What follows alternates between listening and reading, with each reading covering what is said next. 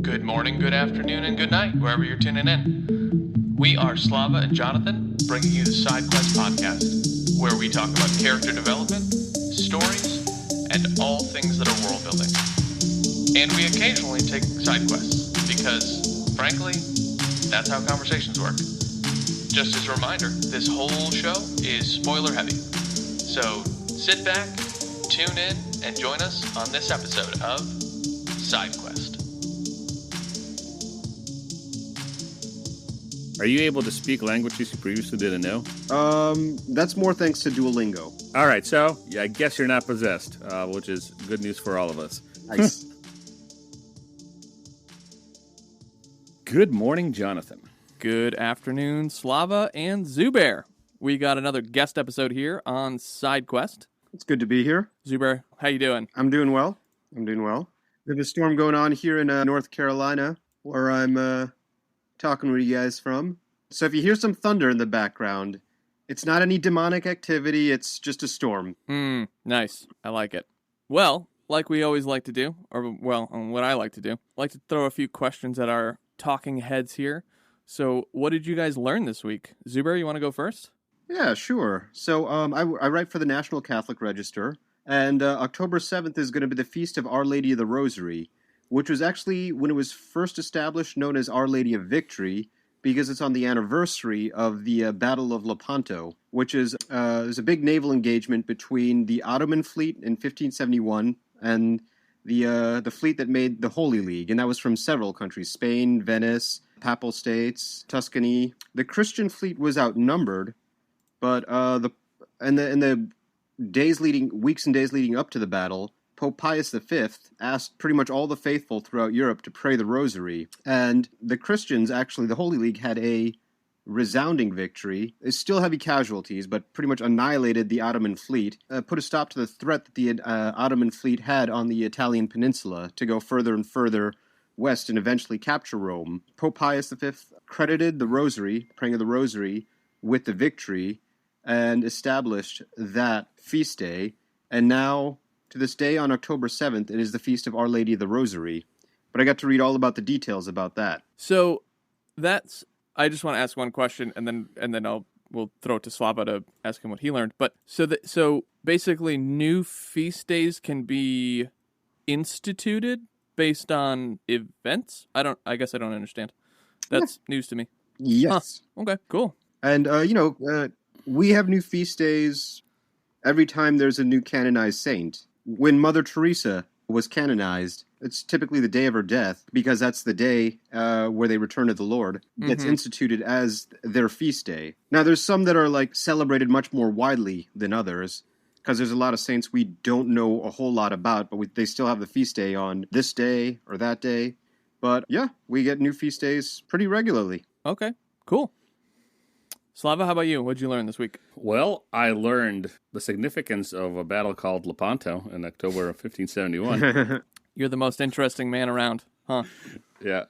No, it's actually, before we started recording, I quickly looked it up, and what jumped out at me is, maybe we can talk offline, Zubair, you can send me some information that you're learning, is the kidnappings that led up to it. What? Kidnappings? Yes, apparently the Ottomans, Muslim naval ships, were attacking coastal villages in Italy, Sicily also, and kidnapping a bunch of Italians, or the locals. It got so bad. The article I'm reading said it got so bad that hundreds of thousands are thought to have been kidnapped. Hundreds of thousands? Yep. Zubair, you didn't mention this. So kidnappings had been going on throughout the history. Oh yeah. But the event that I learned that really so when the Holy League was formed in March of 1571, the island of Cyprus was actually under siege, and the Holy League was actually formed to pretty much help rescue Cyprus. But Cyprus fell in August. The Holy League had been formed a little too late to save the island, and the Venetian commanders, they'd made an agreement with the Ottoman commanders that they would get safe passage, but the Ottoman commanders didn't live up to their word, and then they were pretty much just tortured and killed. One of them was flayed while he was still alive, and their heads were put on pikes. Ooh. So the Venetian Venice was like a big part of the Holy League that offered more than half the ships that comprised the 212 of the Holy League. And they were out for revenge also for that one. Where the battle happened, there wasn't really the Gulf of Patras. There wasn't really any strategic interest there. The Holy League offered the fight anyway, because the main thing is like the Ottoman fleet just had to be put to a stop. And so they had a battle in a sea where there was no strategic interest, and they won and annihilated the fleet. Constantinople had fell more than a century earlier in 1453. In southern Europe, the Ottoman Empire kept on seizing more and more land, and in the Mediterranean, they kept on inching ever westward until they were threatening and harassing, kidnapping being very much included. That's interesting. Most of the rowers for the Ottoman fleet were Christian slaves. A lot of them were freed and given arms and joined in the battle against the Ottomans, and that helped turn the tide with manpower. Huh. About 12,000 were freed that day. Why don't wars today have more kidnappings? We don't have to answer this question. I'm posing this to the audience because that seems the like Geneva a fine... Connection. The Convention. Geneva Convention, yeah. Is that really? Well, yeah, it kind of governs how you can fight and what is constituted as a crime against humanity. Because I know the Geneva Convention addressed the Holocaust, but I didn't know they had other... I guess they've never looked it up. It also addresses prisoners of war, which, there's a fine line between being a prisoner of war and being kidnapped, I suppose, in some battles. Okay. Well, Slava, did you learn anything else? I did. Not as interesting as that, but I did learn a new risotto recipe. You guys probably think Slava's like 500 pounds with how much he talks about eating, but he's not. I promise you. He's only 450. I'm not. I'm barely inching over 450. So my wife wanted a risotto recipe, and I said, well, go pick one. So she picked a French one, picked one that had a vegetarian component to it. What I'm saying is I didn't learn how to make risotto, but I learned a new risotto recipe. And even though it was vegetarian, I grilled some lamb and put it on top of it. So that's what I learned this week. We won't tell. Jonathan, what about you? I learned this week that I need to also participate in my relationship. That doesn't sound good, but let me explain. Sorry, girlfriend. I promise I am participating. Zubair, before we started and I told you that I put my foot in my mouth a lot, this is one of those instances because it's going in the podcast. Well, I had a couple of these podcasts, so I know.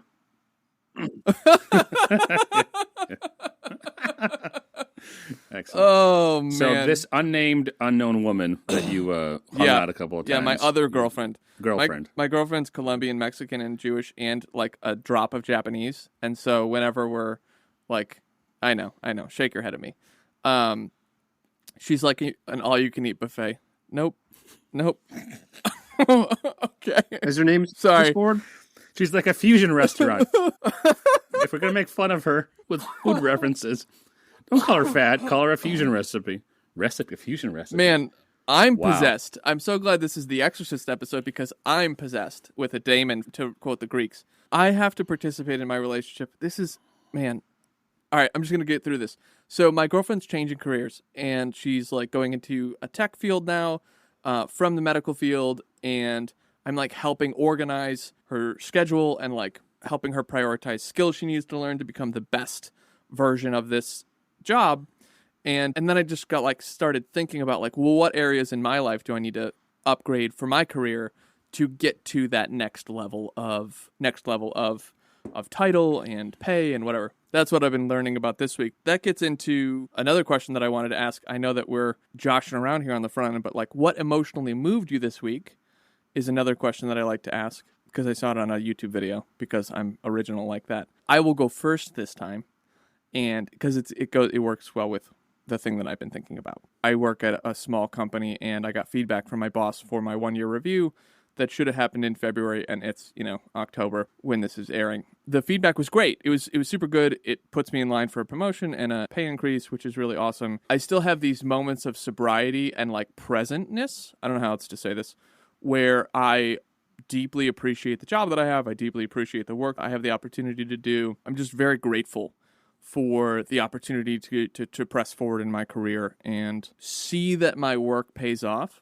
I'm sure that we've all had times where we've had jobs where it's like, hey, I know that you're working hard.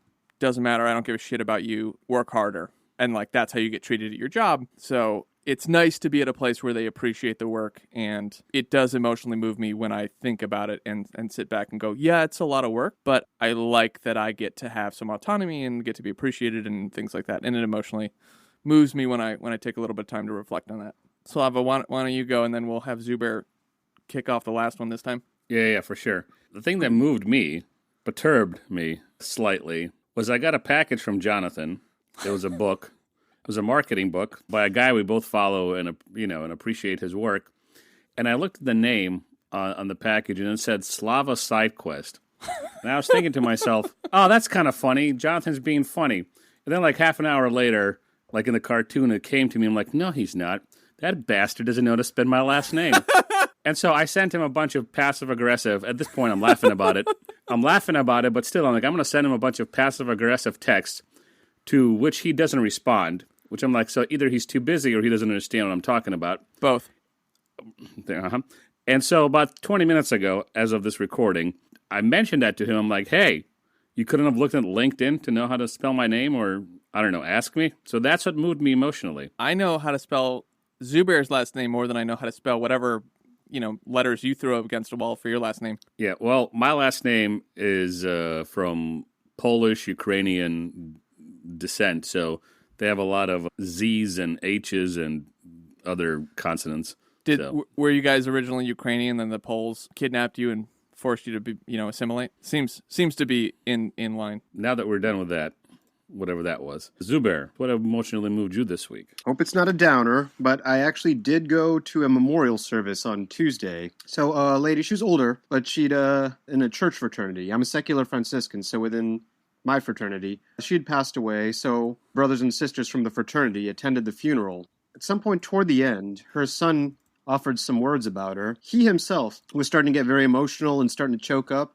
And I think that caused a lot of us who were listening to him to choke up as well.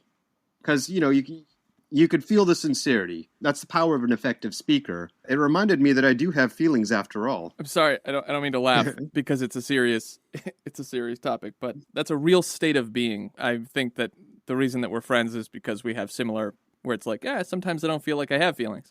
And then you have a moment like that and you're like, oh, no, I do. They're just, trapped somewhere. I can always watch It's a Wonderful Life or Casablanca, and those will remind me, oh yeah, I do have feelings after all. Yeah, man, Casablanca. I don't know as much about A Wonderful Life. I haven't seen it in I don't know how long. That's how long. Cool. Well, let's dive in now that we've had a little precursor and you've gotten to know Zubair as a guest.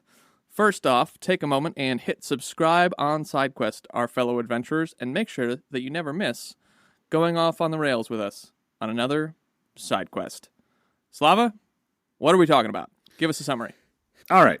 So for those of you who missed the first two episodes or decided to skip them, The Exorcist is a book about possession. A 12-year-old girl gets possessed, written in 1971 by William Blatty, and made into a movie in 1973 with the producer and writer also being William Blatty. And it revolves around three other characters besides the little girl, a mother who's an atheist, and two priests who do their exorcism, one being a true believer and one having a fledgling faith. At the end, the one whose faith is fledgling takes the demon into himself and commits suicide, thus saving the girl. So that is The Exorcist, but I want to learn more about our guest, or at least let the audience learn more about our guests. And so I'm going to punt it over to you, Zubair. Share with the audience how you know us, and maybe a short testimony of your spiritual journey and your connection to The Exorcist, why you love it, hate it, how many times you read it, all that good kind of good stuff. All right. So John, I think I first met you at the Haven. Is that correct? That's as far back as I can remember. We met in New York at this artist small group. So all three of us lived in New York at the same time for some number of years. But so I'd first met Jonathan at the Haven, which is it was a gathering they'd have each Monday for Christian artists. So I currently write for the National Catholic Register. I think they appreciate my outlook because my own journey was from, I grew up Muslim, gave up that in 2007 or 2006. In 2007, I thought I was never going to be religious again, but that didn't last long.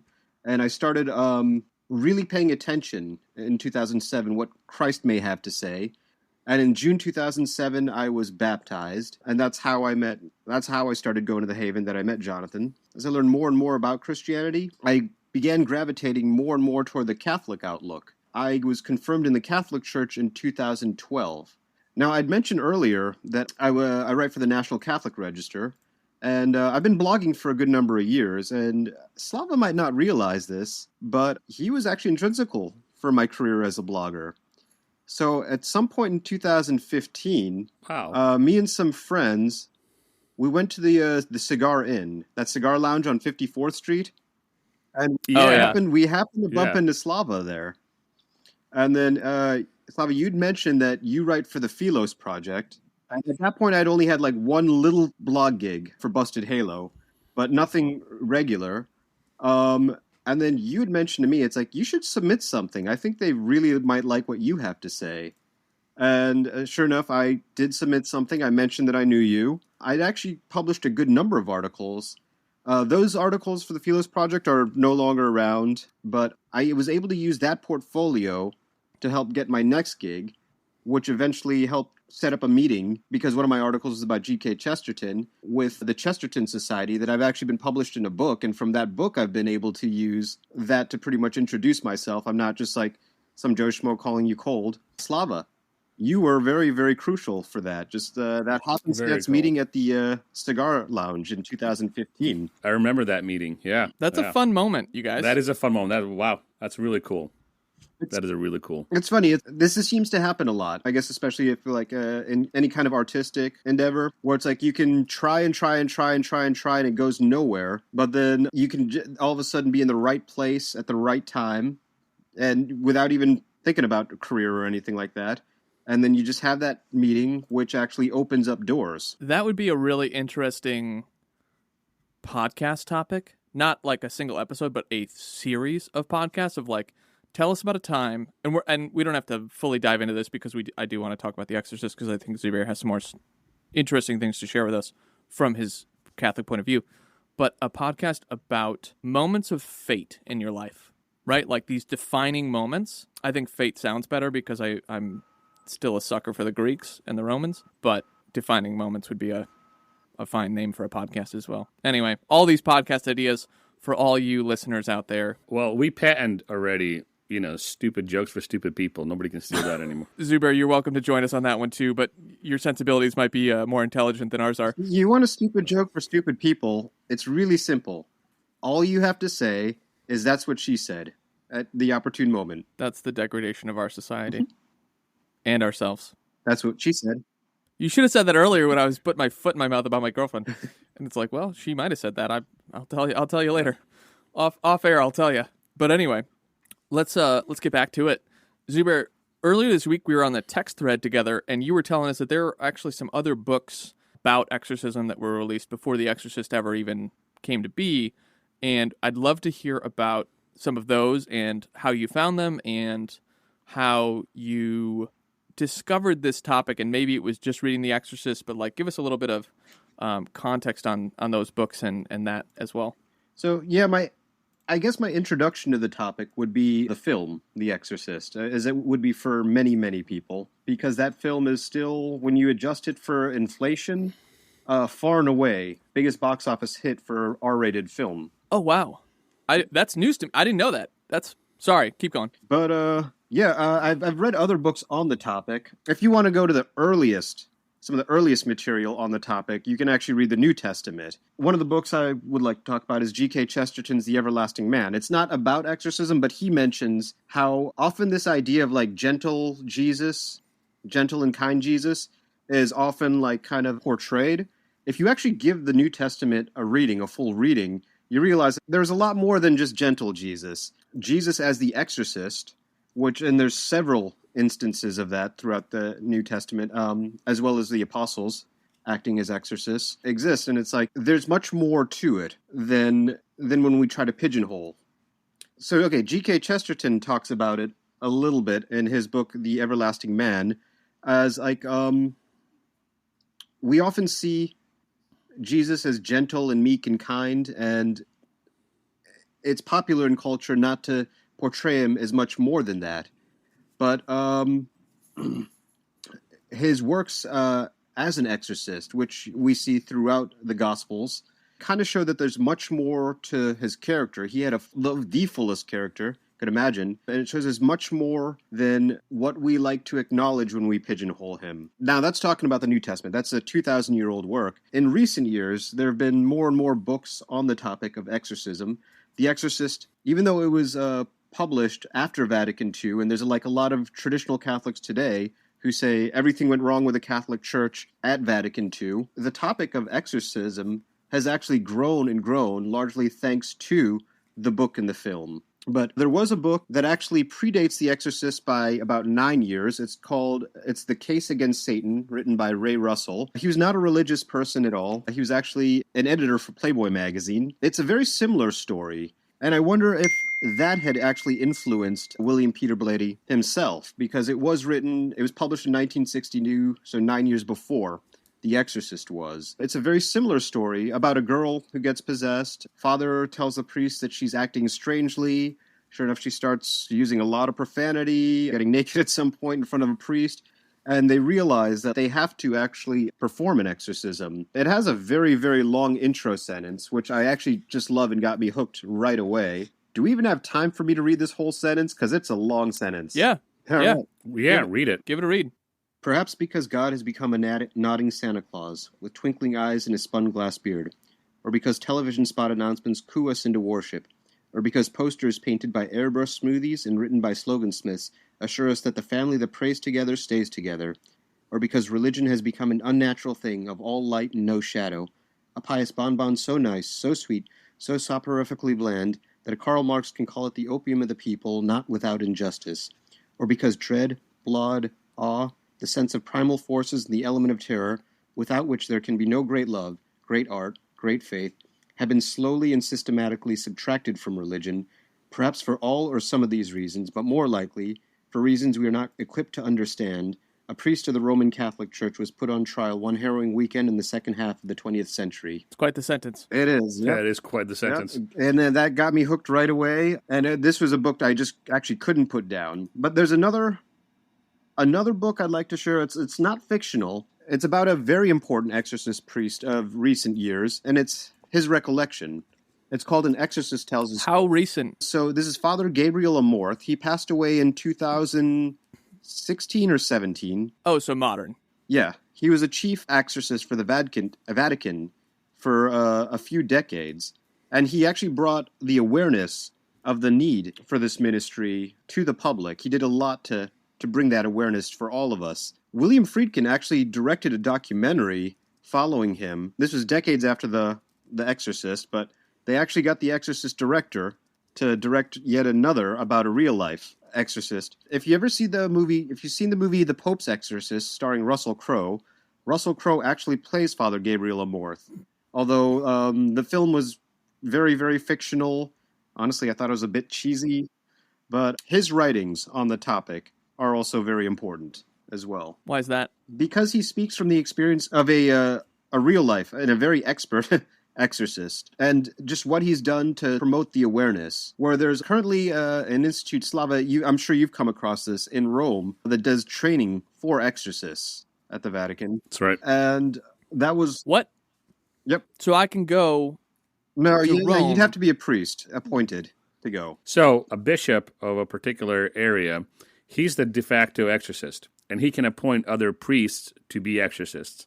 And then they would go to this place and get training. So he has to... I'm just going to say this again because I'm going to be the audience, and I also don't actually know this. So a bishop in my local area, let's pretend I'm a priest, he says, hey, I want to make sure that there's at least a backup here. So he says, boom, nominate Jonathan, and they just ship me off to Rome, and they give me the 9-week course on how to perform Catholic exorcisms, and then I come back, and now I'm just like, certified? Is that did I understand that right? Yes, if you're explaining it to a 5-year-old, that's it. Yeah. Okay, fine. Carry on. Yeah, Father Gabriel Amorth was crucial for just a lot of the awareness, and the need has actually grown over the last few decades. I've never suspected myself of being demonically possessed yet to find out what I need to do to get an exorcism. So I don't know who to go to. Like, I'd be at a loss. And each diocese is supposed to have at least one exorcist. I don't know if it's the case that every single diocese does have a practicing exorcist, but it's supposed to be the case. Yeah. Well, we can figure it out right now. Do you have the propensity for, not the propensity, are you able to speak languages you previously didn't know? That's more thanks to Duolingo. Okay. Well played. Do they have a Duolingo class for speaking in tongues? Because I'd like to take that one. You're a programmer, aren't you? Yes. We can propose that to them. Slava, keep running us through the list. Okay. So, do you have an aversion to the sacred? Anytime you see a crucifix, do you like start spouting sexual blasphemies? No. Okay. I mean, if I stub my toe, I'll yell out. You had to, But that's really you had to think about that for a second. well. If I stub my toe, I'll shout out or something. But that's just my de facto. Yeah. How I hurt myself. Yeah, right. So if you see a priest, when you go to mass, if you see a priest, if you start swearing at him uncontrollably, you might be possessed. And then extraordinary strength, like able to climb walls, throw men of Arnold Schwarzenegger's size across the room. No, I don't go to the gym that often. All right, so yeah, I guess you're not possessed, which is good news for all of us. Nice. But let's dive into some themes. So some of the themes we talked about, the human desire to confront evil. We saw that with Karis in his own way, with the mother fervently trying to confront whatever's going on with her daughter, Father Marin, the exorcist. Something I'm really interested in, hoping to spend more time than the other two with you, Zubair, is the conflict between faith and reason. I'm going to front load it for the audience and you. I don't think there is a conflict, but we'll get to that discussion here in a little bit. So, the human desire to confront evil. Two questions came up. How do we define evil, and how do we recognize cleverly disguised evil? What say you, Zubair? I'd say evil would be that which defies God, and that which defies not just God, but also God's intention. There's obvious evils, like God never intended for us to decide when it's that other person's time to return to God, and we're taking that into our own hands. But there's also attitudes and actions which may seem trivial in many cases, but which also do defy God and his plan for us. And I think it's important to realize that it's not just actions, not just when someone's being very antisocial, but also very common, everyday actions and attitudes that we hold within, which contradict the way we're supposed to be. That would be evil in a nutshell. I think that's a good definition. If you can explain it, and I think you did, to a 5-year-old, you have done your job. I joked with you when we talked before the recording, Zubair, that I think I know more than your average Catholic, like about the Catholic faith now, because it sent me into some tangential topics. Because when Father Ambrose, Father Lampert, a guy whose name I forget, that father, I listened to like 3 or 4 interviews and read some books and read a bunch of blog and more. What's above blog? I don't want to say. Well, they weren't journal articles, but they were articles for like Catholic platforms.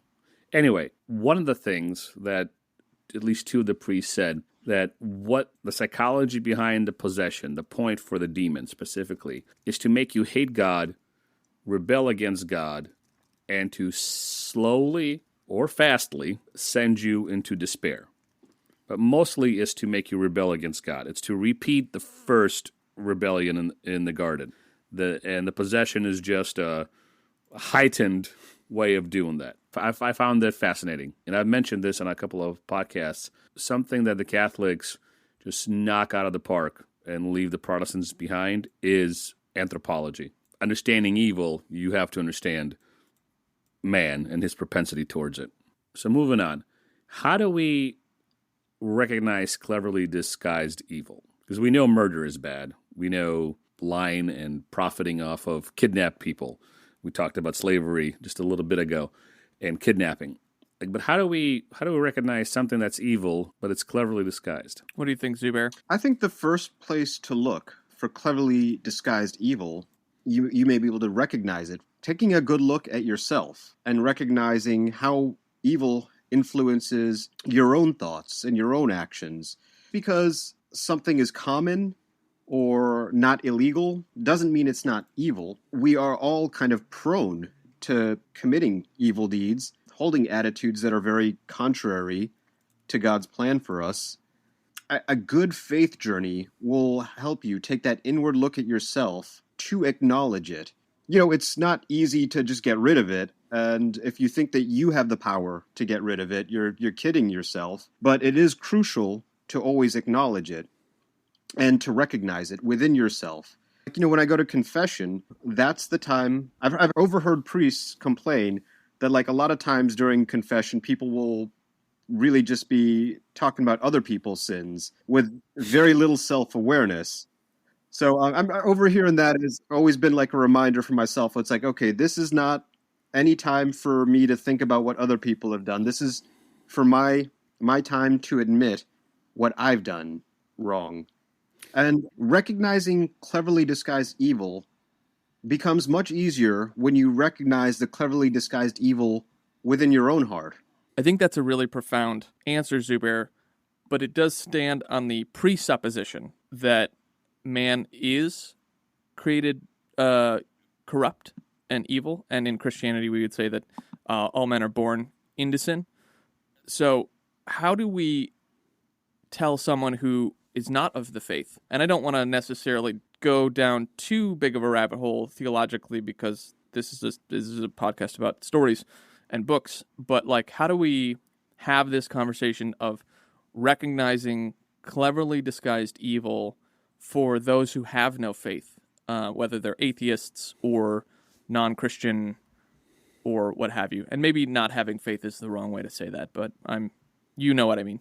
Well, in many cases, there's the denial of the existence of evil. And then that becomes very, very tricky. I mean, in the end, if you don't want to believe something that's true, there's nothing we can do to force them to believe it. They have to go through their own experiences, live their own life. Hopefully, by the grace of God, they will recognize that there actually is evil. The good news with that is that if there's an evil, something contradicting the good, then obviously there's also the good. I just want to interject real quick. That's a really... Slava, we should have Zubair on more often because he's much more profound than we are. Can you say that again? If you don't want to believe something that's true, you can't be forced to? Say that again. One of the big problems there is that there's widespread denial in the existence of evil. And you can't force someone to believe in something. And so that's what makes your question, very tricky to answer, because I don't think there is no obvious answer. Because we can't force someone to believe in evil. Right, yeah. And they have to have their own experiences, go through the journey of their own life to hopefully pick it up. And it would be by the grace of God. Sometimes we act as conduits of that grace, but it's by the grace of God that they recognize that there is such a thing as evil.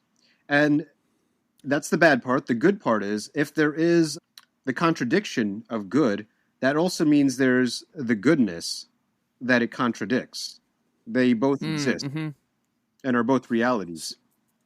So this is interesting too, and I just want to pose this question for the audience because it's something that crossed my mind, and maybe they didn't think of this, but I think that they might have, is where do we see the recognition in the denial that evil exists? Where is that? How do we know that people are denying evil? It's an interesting statement, and I believe that it's true, but where do we see that? And Slava, jump in here. We see that every day in our culture. Talk to Philosophy 101 student in some undergrad, state college or even a community college. They'll tell you, there's no such thing as evil. It is a social construct, and what's evil to you does not necessarily mean evil to me.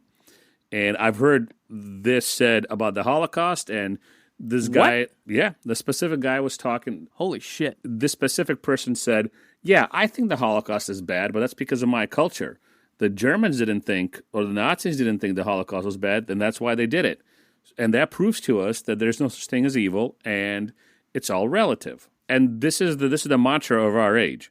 So a materialist, strict materialist, atheist, somebody who would go as far as to say, yes, all religions are kooky, be consistent with his worldview, would say, even if he didn't say it outright, functionally, he would be a person who didn't believe in evil. And so they're all around us, to answer your question. And that's the rebellion of man against God, is to deny what God has revealed. Has God said? Did God really say? Depending on your translation, right? It was the first sin recorded, and there was multiple of sins, right? If you're going to go into a theological excursion on the Garden of Eden and the fall of man, there's the sin of pride, there's the sin of denial of God's sovereignty, there's the sin of the denial of God's Zubair, help me out. What's the theological word for his sufficiency? Is it sufficiency, or is there a different word for it? That's good. Yeah, sufficiency works. Or the perspicuity of his revelation? I mean, you can just look around at common advertisements and then see, like, okay, how often is the appeal just me, me, me, me, me? And, it's like, it's what Slava's talking about has actually permeated our culture for decades. It was considered a right in every state by the Supreme Court ruling that abortion, every state has to have an abortion clinic. I'm Catholic, so obviously you know where I side on that issue. It's autonomy, but not in the sense that it's good, free will that God gave us. It's a dethroning of God. And with the dethroning of God is the dethroning of reality. So you dethrone God and you elevate yourself to his level, and you really can't. In this reality that we're in, it's just an exercise in futility, but by exercising these things, you are rebelling against God and his reality that he has spoken into existence. Quick side quest. I think when people say, well, religious people or Christians are silly because they think there's a big grandpa in the sky making sure the planet don't fall out of the sky. That's gravity. We've discovered gravity. Well, no shit, Sherlock. We know it's gravity. We know physics works. We know math works. Nobody's denying that.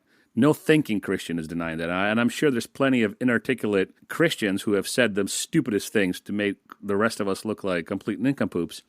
But nobody's denying that. What we're assenting to is, by God's power, physics and math and logic and gravity hold things together. And we know that tomorrow's reality will be the same as today.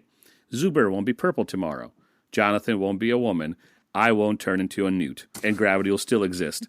But people are walking contradictions, even us. But take God out of the equation, by what standard becomes the most important question? The opening of the Nicene Creed, what we usually say every week during the Catholic Mass, is, I believe in God the Father Almighty, maker of heaven and earth, of all things visible and invisible. I think to deny that there's realities beyond what our eyes can see is a very unreasonable stand to take. There's far more going on. And every good story in literature will point out with a character's conflict, there's far more going on than what that character can see. To actually deny, if you want to deny a specific faith, okay, but to deny the need for faith, when we're talking about that there is something beyond what we can see, it all of a sudden becomes very unreasonable. I think is a perfect way to segue into conflict between faith and reason, which I said earlier is non-existent, because my definition of faith is not just hoping in something that makes me feel good or hoping in ideals or some sort of perfunctory dogmas created by people who are trying to just make nice for the rest of us in the camp. It's an assent to a reality, or it's an assent to a revealed truth, verifiably. Even if I can't point to it and said, there's God over there, like there are philosophical, sociological, theological arguments that point to a reality. If we're consistent in discussing this, you can't separate faith and reason, because you have to be reasonable to have faith. Jonathan, what are your thoughts on it? I think that in the West, we have a very Greek-style thinking, which is different from the rest of the world. It's slowly becoming more widespread, but I think that the question of faith and reason and the conflict therein, mostly in the West, because that's my experience, is ever present, where it's like, well, you can't have science and religion. You can't have science and faith, or faith and reason. And it's similar to your point. There's no separation there for someone who believes in an existence in an all-powerful divine being, namely God, who created something from nothing. We know in science that energy is neither created nor destroyed. It simply transfers. It's this idea of entropy that we have spoken about previously in different areas. But what if there was a being that was able to create that energy to start with, right? Like, I think the greatest argument for the existence of God, not that that was the question, but is first cause. Before there was something, there was nothing. That's kind of irrefutable, even if you believe in the Big Bang. It's like, well, what caused the Big Bang? You know, not that we need to get into that, but I think that as we grow and mature as people, we have to wrestle with difficult questions of like, well, how does faith and reason work together? And one of the ways that I've heard it put well is prior to the discovery of gravity, gravity existed. Prior to the laws of aerodynamics, aerodynamics existed. It wasn't until not Orson Welles. Who are the guys who invented flying? Wright brothers. Yeah, the Wright brothers. Thank you. So they found a way to tap into this higher law. The law was there the whole time. And I'm not going to be able to spout off the laws of aerodynamics for you because I'm not that smart. But like, they existed prior to the Wright brothers. It's just the way it is. Like, birds have been using those laws, regardless of whether or not we believed in them or even thought to acknowledge them. In, let's say, back, to attempt to make this full circle, is like at the Battle of Lepanto, the laws of thermodynamics existed. Sorry, not thermodynamics, aerodynamics. Birds were flying back then. Those laws exist. So there's something about our universe that's still yet to be discovered. And those of us who hold to a faith, for a moment stepping outside of Christianity, like any faith, is that we believe that a spirit realm exists. There's something that exists out there that we have minimal experience with and yet deep, intimate interaction with all the time. We have to wrestle with like, well, where's faith and reason? And to your point, because I'm kind of all over the place right now, is and we're all of a similar faith here, so it's kind of par for the course, but they work together. It is both faith and reason my entire worldview is built on. I believe in a God. I believe that also science exists. I believe that they work together and that there's a spirit realm. I believe that, demons roam around just like Satan does, looking for whom they can devour. But I also believe in a God who's good and kind and merciful. And in tension, I believe in evil. Evil exists. And so it's these things that people feel like there are conflicts with that we have the ability to sit down and engage with in conversation. I don't think that really does a great job to answer your question, because I think your question's a lot bigger than I have time to unpack here without building a philosophical argument from the baseline, because there's this book that I read years ago, partly for college, called Warranted Belief by, I can't remember his name, but basically you have to define what is reason, what is faith, what is, warranted or valid faith and reason and things like that. I think it's a good question to wrestle with. I think so too. And I think when anybody, whether it's Christian or unbeliever or anybody of any faith, what we have to avoid is making claims without evidence or endorsing a hypothesis based on assumptions and prejudices rather than empirical evidence or credentials, or even something that's, maybe not empirical, like the laws of logic, for example. How do we know that they exist? Mm-hmm. We can't see them.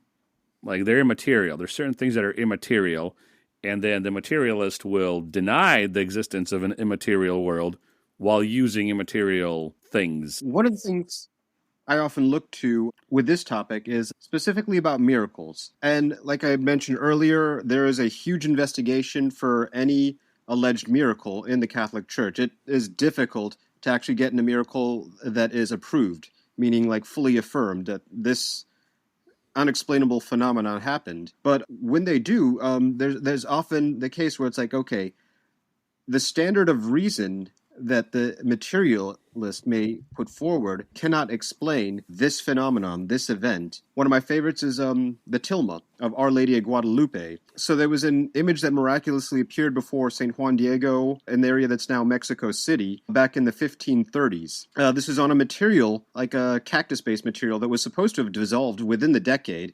You can still see the tilma to this very day. And there's no scientific explanation for it. Or when you have a Eucharistic miracle, like blood on the host, it's always the same blood type, AB. Those who are given a blood sample, scientists, doctors who are given the blood sample, not told where it comes from, will say the same thing. It's AB blood, and this person has been under a lot of stress. And we know what event would have caused a lot of stress. Yeah, and I've heard that those same doctors will say that it is a person of Middle Eastern descent. Yes. But then all of a sudden, within like the strictly materialist definition of reason, you don't have an explanation. And, it's very easy to look up information about these things. I work for the National Catholic Register. I'm part of the effort to make it incredibly easy to learn about such phenomenon.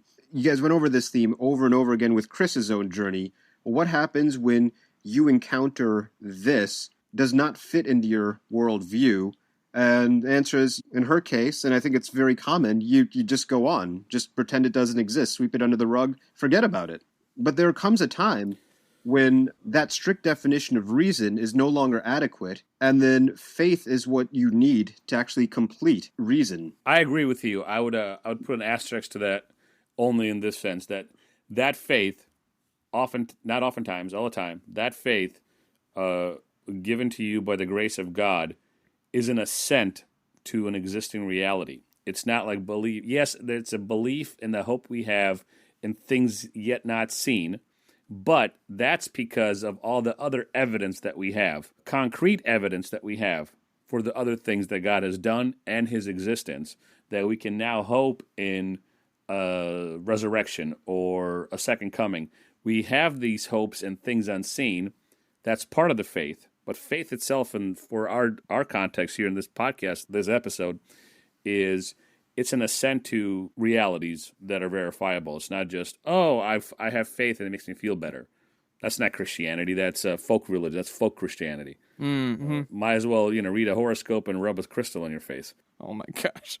When engaging in philosophical method, whether it's to discuss religion, the existence of God, the morality of any social topic of today, whatever it is, when engaging in a philosophical method, I think it's important, nay, imperative, to begin with the facts of experience. So here's what I know as a person. Here's the other things that are outside the scope of my immediate knowledge, but I have access to them, and I at least have some sort of certitude that they're reliable.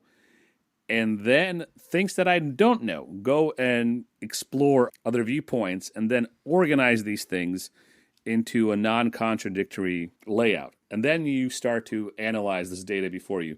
What I know to be true, what I think is out there, well, experts who have told me stuff that I can verify they're not frauds, and things that contradict my worldview. I don't think people do that. I know we don't do that as Christians often. Like, we even us three have failed to do this. No, thinking is very difficult. To agree with you, sorry, no is not a great interjection, but no, you're right. Thinking is difficult, and we don't do it often enough. People have been writing about this for hundreds, if not thousands of years. Not just this specific question about faith and reason, but like toying back and forth between the stuff that you're talking about, Slava. But as we wind down here, I want to throw it at Zubair and say, Zubair, I know that you've shared a lot of great pieces here, but do you have any questions that we didn't address, be that about previous episodes or this topic or what have you, to Slava and I as we wind down? Yeah, actually, Slava specifically. Oh, all right. So I'm chopped liver. Nice, cool. No, please go for it. Hey, Jonathan, can you mute your mic, please? Well, okay. This is for both of you. No. But, I'm just hassling you. No, Slava it is. Specifically because Slava's like, he's immersed himself with the subject a whole lot in this last week. Slava, I would like to, so you immersed yourself in this subject of exorcism quite a lot in the last week. As you'd established in episode 1, it's not exactly water cooler conversation. I guess since you can't really talk about it, you could, but it's kind of awkward to talk about it at work. But you can talk about it pretty easily. We can be your water cooler. I'd like to actually know some of your impressions. So, my impressions, what I've learned. I learned that the Catholic Church takes this stuff very seriously.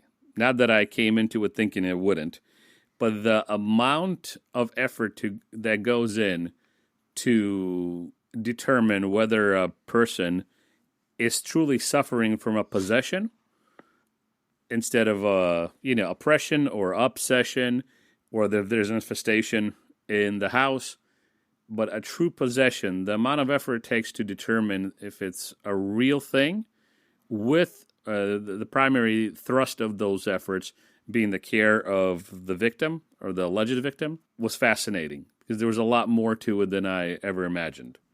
And listening to all the priests, all of them saying that none of them sought this out. It was always something thrust upon them, whether they had a person who was possessed in their care, in their ministry, or a bishop said, hey, you're up, you're going. That was one thing that stood out.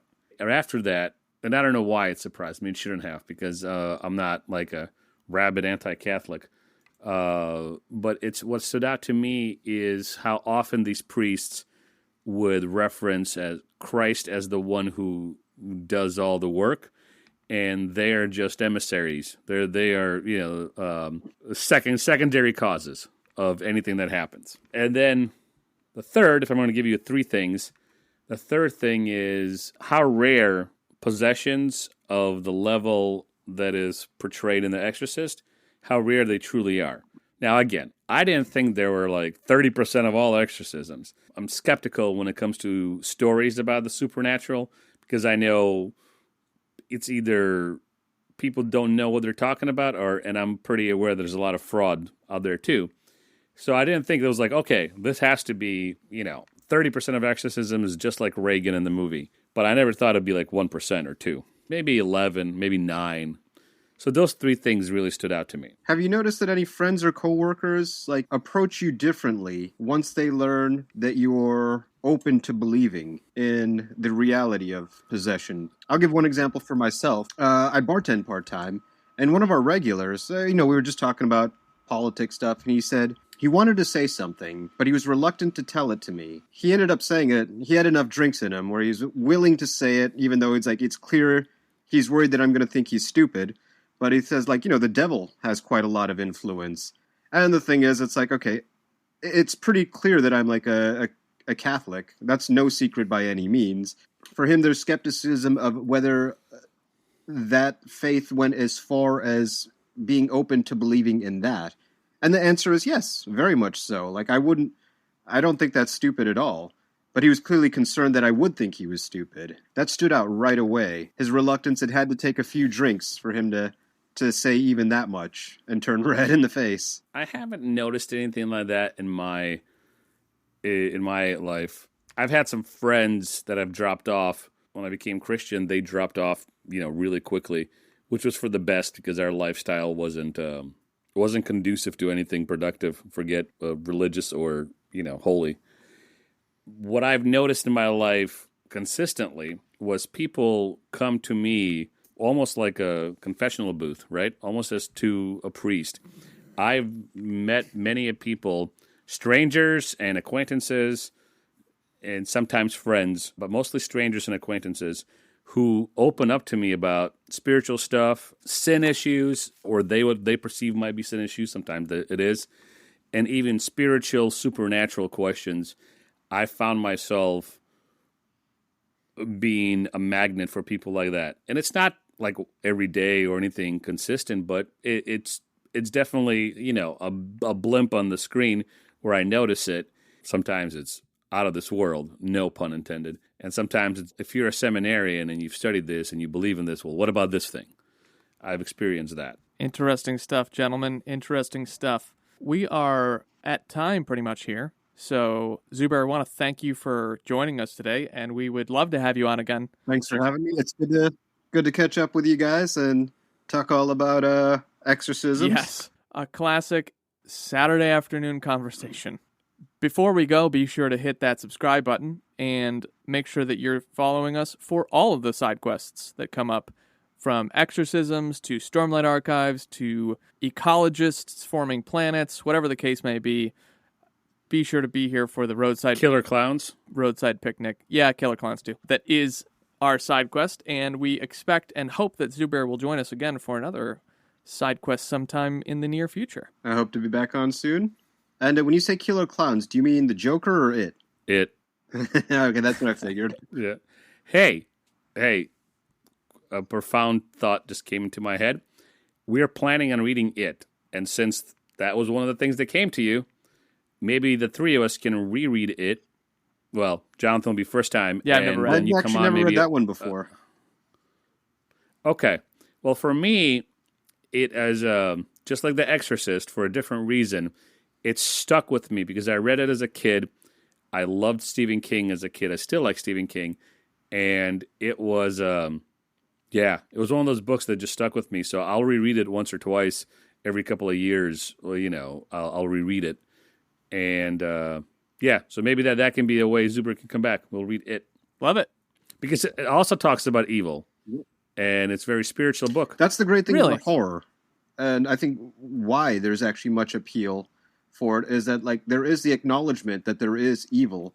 And even a person who strictly doesn't believe in evil, or so they claim, like that genre still has an appeal for many of them for probably reasons they don't quite understand. I'm digressing. Yeah. Interesting. Yeah.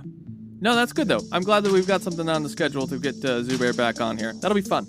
Anyway, folks, thank you for joining us here on SideQuest. Be sure to subscribe, share, and like. It helps more people see our podcast and helps us grow, and we appreciate it. Anyway, for right now, be sure to tune in next time, adventurers, on the next episode of SideQuest.